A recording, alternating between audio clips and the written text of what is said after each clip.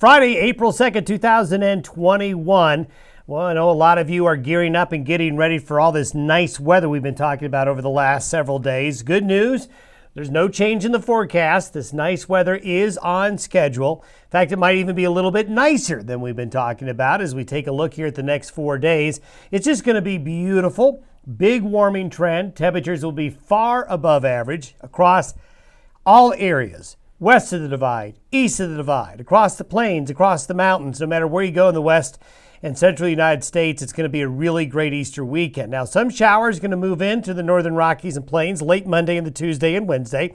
Maybe even some thunderstorms, typical spring, some rain, some thunder, and maybe a little bit of snow for some areas.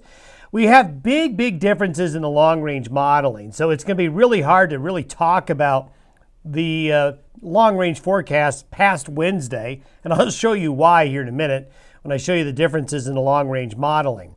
First of all, where we are going to be by afternoon.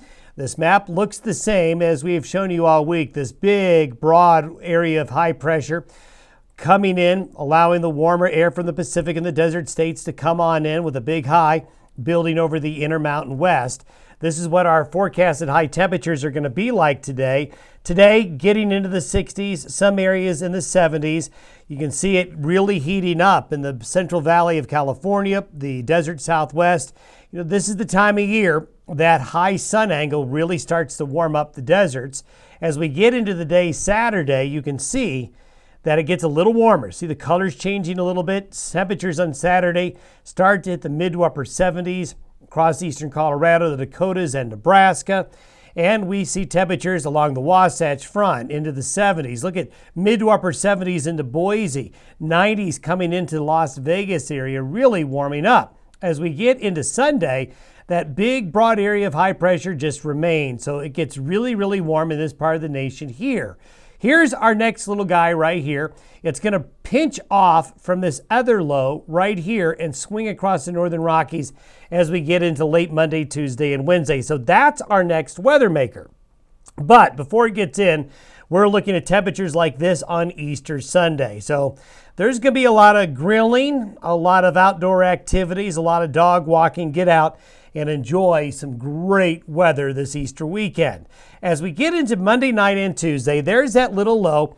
It's another one of these little bowling ball areas of low pressure, not really big, but rolling through the region. Now notice that it's taking a northerly track. We've been watching these other systems swing down here, but that's what we had in March. But usually as the jet stream wants to retreat more to the north this time of year at times, well, this is going to be maybe a better rain and snow producer for some areas that really need it. That area I'm outlining right there, as we showed you yesterday with the drought map, they're just as droughty as other areas of the central high plains and Rockies. And so that area could benefit from some needed moisture. So we're hoping that northeastern Wyoming, parts of the Bighorn Basin, parts of Montana, North Dakota is really dry. This part of North Dakota and South Dakota are really dry. So this would be good news for them. This will be in the form of rain, snow, and now there's going to be east of the divide here along I-25 and Plains East. There's going to be some shower and thunderstorm activity as well, but you can see that west of the divide into this area here, the system is just really not going to have much of an impact.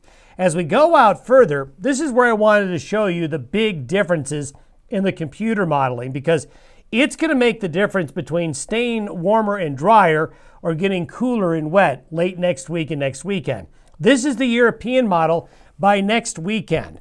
Another low comes into the Pacific Northwest. We got another low just off the East Coast, so you have a high pressure ridge in between and pumping in some very mild air into the region. It would keep it wet up in this part of the United States here by late next week and next weekend.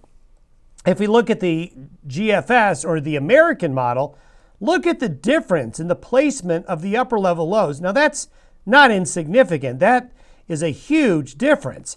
If the American model is correct, well, next weekend we're 70s and 80s again, which really, honestly, is not what we want to see this time of year.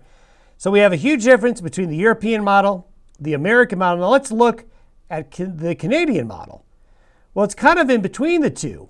The Canadian model brings the trough all the way into the Rockies with a low near the Four Corners area, then another low here in the east. This right here would be a very wet, stormy pattern for next weekend. Rain and snow and a pretty significant storm event.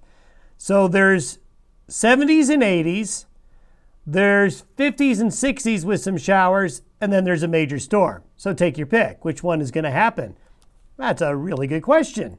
So I just wanted to show you that, because when you look at your smartphone, when you look at websites that go out 7 to 10 days, you just can't do that this time of year. So really, we're not going to look past Wednesday with this long-range forecast. Obviously, on Monday, we'll have a better idea if next weekend ends up stormy or ends up sunny and warm again. In the meantime, talking about the positives, enjoy the next 4 days. It will be gorgeous. Have a great Easter weekend.